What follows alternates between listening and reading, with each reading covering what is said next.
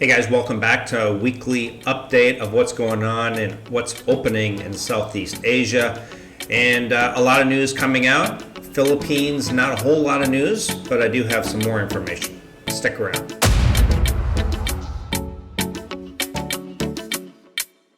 Okay guys, so first up we have Malaysia. Malaysia, Langkawi actually officially opens up today. Now, as I've mentioned before, what is happening is medical insurance of at least 80,000 is mandatory. Again, in the links for the travel insurance that I recommend and that I personally carry, coverage is 250,000 coverage, covers COVID, trip interruption, emergency evacuation, all kinds of different things like that. But you must have 80,000 of medical insurance. Langkawi, before you can visit other sites, you are required to stay at least 7 days on that island of Langkawi, which is over in the northwest corner of Malaysia. And then the rest of the country is open for you. The great thing about Malaysia is you get 90 days, no visa required.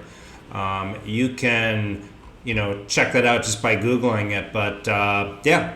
Officially opened as of today here in Southeast Asia. So that's what's going on with Malaysia. Next up, we have Cambodia, which has some news as well. Now, Cambodia actually reopened 2 weeks early, and it was because of the high vaccination rates.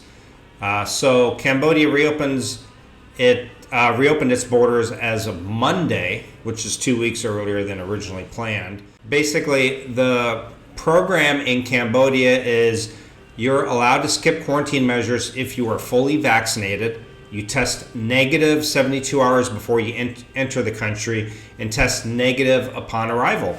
And then there's no quarantine. And right now, interestingly, in Cambodia, 88% of Cambodians are fully vaccinated. That's extremely high. So yeah, they went ahead and opened up unvaccinated travelers. If you are not vaccinated and you want to travel, here's your place to go in Southeast Asia. You would have to go a strict 14-day quarantine, but you would be free to travel throughout Cambodia. This is an option for those of you who don't want to be vaccinated. So Cambodia. Now, again, depending on what country you're coming from, going back to your home country, that might be a whole different story. But going to Cambodia, that's certainly an option as well. So Vietnam actually welcomed their first foreign tourists in nearly 20 months.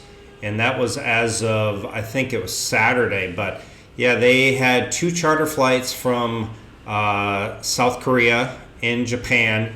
And they were fully vaccinated. They came from Seoul and from Tokyo to Thursday, and they went to Nha Trang. Now, Vietnam, they are going to be requiring 50,000 worth of medical coverage. Again, the one that I have, 250,000 worth of coverage, which honestly, if you priced out a plan with that amount and the 250, it's really hardly any difference. But you have to have a negative test 72 hours before departure, negative result, and then you can start enjoying activities. And the problem with Vietnam right now is that they are package tours.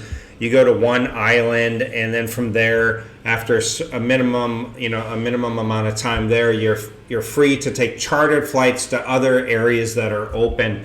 For me, it's a bit too structured right now. I wouldn't go to Vietnam until things open up much more freely, like Malaysia, Thailand, Cambodia, and those are some of the places that I would go right now. I'm not going to talk too much about any other country as of right now.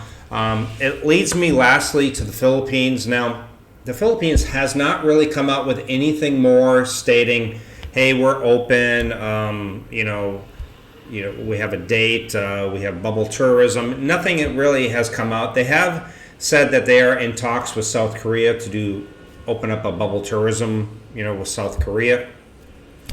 Again, I think what's going to happen is it's going to end up being the Lapu-Lapu Island because the international airports right here, they open up. They probably will stay at this island, and after maybe 7 days or something, then they are free to go anywhere within the Philippines. That is my guess, is probably what's going to happen. Again, I think it's going to happen around the beginning of the year. I don't have any insider info, I couldn't tell you for sure, but that's just kind of my gut feeling. Lapu-Lapu is already over 70% vaccinated, so they're already where they need to be. It doesn't really matter that the rest of the country isn't at that percent. If this area is at that percentage and people come here and they test negative within 72 hours before departure, test negative again before they are allowed to leave Lapu-Lapu, then I don't think it would really matter so much for the Philippines, that the rest of the country is not at that 70% level. So that's kind of my guess. Now, a lot of things that I'm seeing right now is domestically things are opening up for the holidays.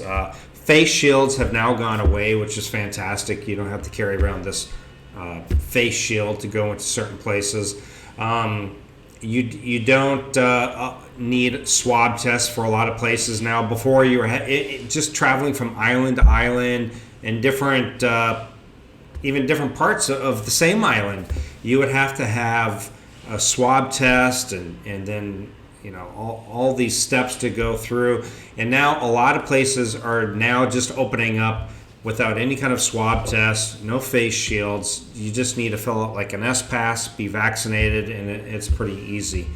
So that's kind of what's going on here in Southeast Asia. Not a ton of things to report, but just a little bit of an update for you guys. Thanks for watching. I'll see you guys next time. Bye.